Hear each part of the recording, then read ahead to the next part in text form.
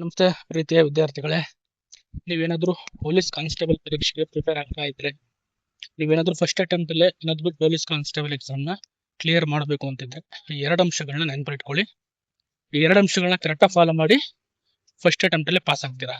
ಒಂದು, ಏನು ಓದಬೇಕು ಅನ್ನೋದಕ್ಕೆ ನಿಮ್ಗೆ ರೈಟ್ ಡೈರೆಕ್ಷನ್ ಸಿಗಬೇಕು ಅಂತಂದ್ರೆ ಪ್ರೀವಿಯಸ್ ಇಯರ್ ಕ್ವಶನ್ ಪೇಪರ್ನ ಸಾಲ್ವ್ ಮಾಡಿ. ಅಟ್ಲೀಸ್ಟ್ ಒಂದು 10 ರಿಂದ 15 ವರ್ಷದ್ದು ಪ್ರೀವಿಯಸ್ ಇಯರ್ ಕ್ವಶನ್ ಪೇಪರ್ನ ಸಾಲ್ವ್ ಮಾಡಿ. ಅದರಲ್ಲಿ ಯಾವ ಟಾಪಿಕ್ನ ಮೇಲೆ ಜಾಸ್ತಿ ಕ್ವಶನ್ಸ್ ಕೇಳ್ತಾ ಇದ್ದಾರೆ ಅದನ್ನ ನೋಟ್ ಮಾಡಿ ಇಟ್ಕೊಳ್ಳಿ.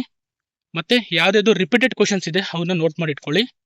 ಇದು ಖಂಡಿತ 20 to 30% ಕ್ವಶನ್ಸ್ ರಿಪೀಟ್ ಆಗುತ್ತೆ. ಪ್ರೀವಿಯಸ್ ಇಯರ್ ಕ್ವಶನ್ ಪೇಪರ್, ಹಿಂದಿನ ವರ್ಷದ ಪ್ರಶ್ನೆ ಪತ್ರಿಕೆಗಳು ನಿಮ್ಗೆ ಯಾವ ರೀತಿ ಓದಬೇಕು ಅನ್ನೋದ್ರ ಬಗ್ಗೆ ಒಂದು ಮಾರ್ಗದರ್ಶನ ಕೊಡ್ತವೆ. ಯಾವ ಟಾಪಿಕ್ನ ಜಾಸ್ತಿ ಸ್ಟ್ರೆಸ್ ಮಾಡಿ ಓದಬೇಕು, ಯಾವ ಟಾಪಿಕ್ನ ಓದಬಾರ್ದು. ಕಾಂಪಿಟೇಟಿವ್ ಎಕ್ಸಾಮ್ಸ್ ಅಲ್ಲಿ ಯಾವ್ದನ್ನ ಓದಬೇಕು ಅನ್ನೋದಕ್ಕಿಂತ ಯಾವ್ದನ್ನ ಓದಬಾರ್ದು ಅನ್ನೋ ತಿಳ್ಕೊಳ್ಳೋದು ತುಂಬಾ ಇಂಪಾರ್ಟೆಂಟ್. ಈ ಅಂಶನ ನೆನಪಿಟ್ಕೊಂಡು ಪ್ರೀವಿಯಸ್ ಇಯರ್ ಕ್ವಶನ್ ಪೇಪರ್ನ ತುಂಬಾ ಸಾಲ್ವ್ ಮಾಡಿ. ಕ್ವಶನ್ ಪೇಪರ್ ಅನಾಲಿಸಿಸ್ ಬಗ್ಗೆ ನಾನು ಆಲ್ರೆಡಿ ತುಂಬಾ ವಿಡಿಯೋಗಳನ್ನ ಮಾಡಿದ್ದೀನಿ, ಬೇಕಾದ್ರೆ ನೀವು ಯೂಟ್ಯೂಬ್ ಚಾನಲ್ ಅಲ್ಲಿ ಚೆಕ್ಔಟ್ ಮಾಡಿದ್ರೆ ಸಿಗುತ್ತೆ. ಇದು main thing. Previous year question ಪೇಪರ್ನ ಸಾಲ್ವ್ ಮಾಡಿದ್ರೆ ಅಂದ್ರೆ ಮಸ್ಟ್ ಶೂಟ್ ಸಾಲ್ವ್ ಮಾಡಲೇಬೇಕು. ಎಷ್ಟು ಸಾಲ್ವ್ ಮಾಡಬೇಕು? 3 ಟೈಮ್ಸ್ ಸಾಲ್ವ್ ಮಾಡಬೇಕು. ಯಾವಾಗ ಇನ್ನು ಏನು ಸ್ಟಾರ್ಟ್ ಮಾಡಕ್ಕೆ ಈ ಏನು ಸ್ಟಾರ್ಟ್ ಮಾಡಿಲ್ಲ ಅನ್ನುವಾಗ ನೀವು ಫಸ್ಟ್ ಕ್ವಶನ್ ಪೇಪರ್ ಅನಾಲಿಸಿಸ್ ಮಾಡಿ, ಆಮೇಲೆ ಒಂದ್ಸತಿ ಸಿಲೆಬಸ್ ಕಂಪ್ಲೀಟ್ ಆದ್ಮೇಲೆ ಕ್ವಶನ್ ಪೇಪರ್ನ ಅನಾಲಿಸಿಸ್ ಮಾಡಿ, ಆಮೇಲೆ ರಿವಿಷನ್ ಮಾಡಬೇಕಾದ್ರೆ ಕ್ವಶನ್ ಪೇಪರ್ನ ಅನಾಲಿಸಿಸ್ ಮಾಡಿ. 3 ಸತಿ ಕ್ವಶನ್ ಪೇಪರ್ ಅನಾಲಿಸಿಸ್ ನ ಮಾಡಬೇಕು. ಅಂದ್ರೆ ಕ್ವಶನ್ ಪೇಪರ್ ಅಂದ್ರೆ ಯಾರೋ ಸಾಲ್ವ್ ಮಾಡಿದ್ರನ್ನ ಕ್ವಶನ್ ಪೇಪರ್ ದಯವಿಟ್ಟು ತಗೋಬೇಡಿ. ರಾ ಕ್ವಶನ್ ಪೇಪರ್ನ ತಗೊಳ್ಳಿ. ರಾ ಕ್ವಶನ್ ಪೇಪರ್ ಅಂದ್ರೆ ಅದ್ರ ಮೇಲೆ ಯಾವುದೇ ತರ ಮಾರ್ಕ್ ಆಗಿರಬಾರ್ದು, ಆನ್ಸರ್ ಗೊತ್ತಿರಬಾರ್ದು, ಅದಕ್ಕೆ ಆನ್ಸರ್ನ ಟಿಕ್ ಹಾಕಿರಬಾರ್ದು, ಸಾಲ್ವ್ ಮಾಡಿರಬಾರ್ದು. ಗೊತ್ತಾಗ್ತಿದೆಯಾ? ಆ ರೀತಿಯ ಕ್ವಶನ್ ಪೇಪರ್ ತಗೊಂಡು ಸಾಲ್ವ್ ಮಾಡಕ್ಕೆ ಪ್ರಯತ್ನ ಪಡ್ತೀವಿ. ಗೊತ್ತಿರ್ಲಿ ಗೊತ್ತಿಲ್ದಲೇ ಇರ್ಲಿ ಕ್ವಶನ್ ಪೇಪರ್ನ ನೋಡ್ತಾ ಹೋಗಿ.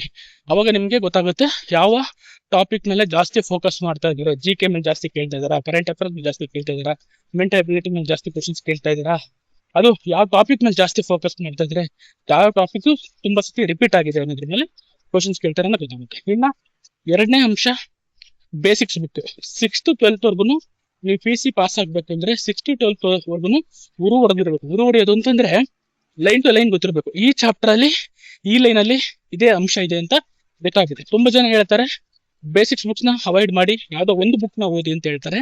ನಾನು ಅದನ್ನ ರೆಕಮೆಂಡ್ ಮಾಡಲ್ಲ. ಯಾಕೆಂತಂದ್ರೆ ಒಂದು ಬುಕ್ ಮಾಡ್ಬೇಕು ಅಂದ್ರೆ 1000 ಪೇಜಸ್ ನ ಓದ್ಬೇಕಾಗುತ್ತೆ. ಅದಕ್ಕೆ ಹೈಸ್ಕೂಲ್ ಬುಕ್ಸ್ ನ 6th to 12th ವರ್ಗು ಖಂಡಿತ ಯಾವುದೇ ಕಾರಣಕ್ಕೂ ಮಿಸ್ ಔಟ್ ಮಾಡಬೇಡಿ, ಓದಿ. ಅದಕ್ಕೆ ಪ್ರೂಫ್ ಕೊಡ್ತೀನಿ. ಯಾಕೆಂತಂದ್ರೆ ಅದರಿಂದ ನೇರವಾದ ಪ್ರಶ್ನೆಗಳು ಬಂದಿದೆ.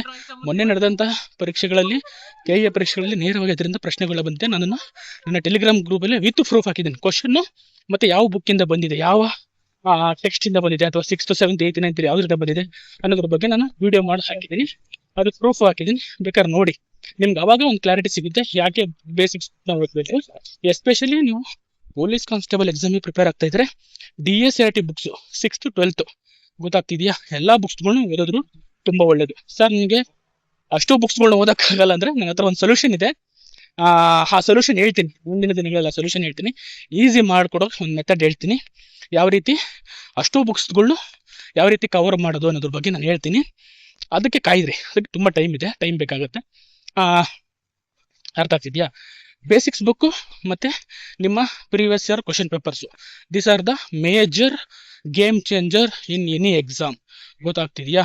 ಕೂತ್ಕೊಂಡು ಚೆನ್ನಾಗಿ PYQ ಅನಾಲಿಸಿಸ್ ಮಾಡಿ, ನೆಕ್ಸ್ಟ್ ಬೇಸಿಕ್ಸ್ ಬುಕ್ನ ಚೆನ್ನಾಗಿ ಓದಿ. ನಿಮ್ಮ 60% ಏನಾದ್ರು ಎಕ್ಸಾಮ್ ಪ್ರಿಪ್ರೇಷನ್ ಮುಗ್ದೋಯ್ತು.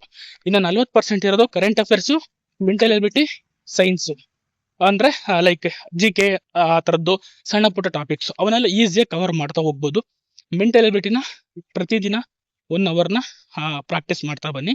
ಇದನ್ನ ಯಾವುದೇ ಕಾರಣಕ್ಕೆ ನೋಡ್ರಿ, ಇದನ್ನ ಕಂಟಿನ್ಯೂಸ್ ಆಗಿ ಒಂದು 100 days ಮಾಡಿ. ಯಾಕೆ ನೀವು PC ಫಸ್ಟ್ ಅಟೆಂಪ್ಟ್ ಪಾಸ್ ಆಗಲ್ಲ? ನಾನು ಬರ್ದಿಟ್ಟು ಲಾಸ್ಟ್ ವರ್ಷ ನಾನು ಏನು ಸುಮ್ಮನೆ ಯೂಟ್ಯೂಬಲ್ಲಿ ಗೈಡ್ ಮಾಡಿರೋ ಹುಡುಗರು, ಜ್ಞಾನ ಭಾರತಿನಲ್ಲಿ ಬರೋರು ತುಂಬಾ ಜನ ಗೈಡೆನ್ಸ್ ತಗೊಳಕ್ ಎವ್ರಿ ಸಂಡೇ ಅಲ್ಲಿ ಗೈಡ್ ಮಾಡಿದವರು 72 ಜನ ಹುಡುಗರು CRDR ಪಾಸ್ ಆಗಿದ್ದಾರೆ. ಗೊತ್ತಾಗ್ತಿದ್ಯಾ? ಅದು ಬರೀ ಆನ್ಲೈನ್ ಕ್ಲಾಸಸ್ ಕೇಳ್ಕೊಂಡು ಬರೀ ಮೆಂಟರ್ಶಿಪ್ ಮಾಡಿಸ್ಕೊಂಡು ಪಾಸ್ ಆಗಿದ್ದಾರೆ. ಈ ಸತಿನೂ ಹೆಚ್ಚಿನ ವಿದ್ಯಾರ್ಥಿಗಳು ಪಾಸ್ ಆಗ್ತಾರೆ ಅಂತ ನಂಬಿಕೆ ನನಗಿದೆ. ಹಾಗಾಗಿ ಹೇಳಿದ್ದನ್ನ ಕರೆಕ್ಟಾಗಿ ಫಾಲೋ ಮಾಡಿ. ಕರೆಕ್ಟಾಗಿ ಫಾಲೋ ಮಾಡಿದ್ರೆ ಖಂಡಿತ ನೀವು ಸಕ್ಸಸ್ ಆಗ್ತೀರಾ ಅಂತ ಹೇಳ್ತಾ, ಹೆಚ್ಚಿನ ವಿಡಿಯೋಗಳು ಬೇಕು ಅಂತಂದ್ರೆ ಚಾನೆಲ್ನ ಸಬ್ಸ್ಕ್ರೈಬ್ ಮಾಡಿ, ಯಾವ ಟಾಪಿಕ್ ಮೇಲೆ ವಿಡಿಯೋ ಬೇಕು ಅಂತ ಕಮೆಂಟ್ ಮಾಡಿ. ಆ ಟಾಪಿಕ್ನ ಬೇಕಾದ್ರೆ ನಾನು ಟಾಪಿಕ್ ವೈಸ್ ಯಾವ ಟಾಪಿಕ್ನ ಓದಬೇಕು, ಯಾವ ಟಾಪಿಕ್ ಓದಬಾರ್ದು ಅಂತ ಬೇಕಾದ್ರೆ ನಾನು ಎಕ್ಸ್ಪ್ಲೇನ್ ಮಾಡ್ತಾ ಹೋಗ್ತೀನಿ. ಅರ್ಥ ಆಗ್ತಿದ್ಯಾ? ಎಲ್ಲರಿಗೂ ಒಳ್ಳೇದಾಗ್ಲಿ. Thank you so much.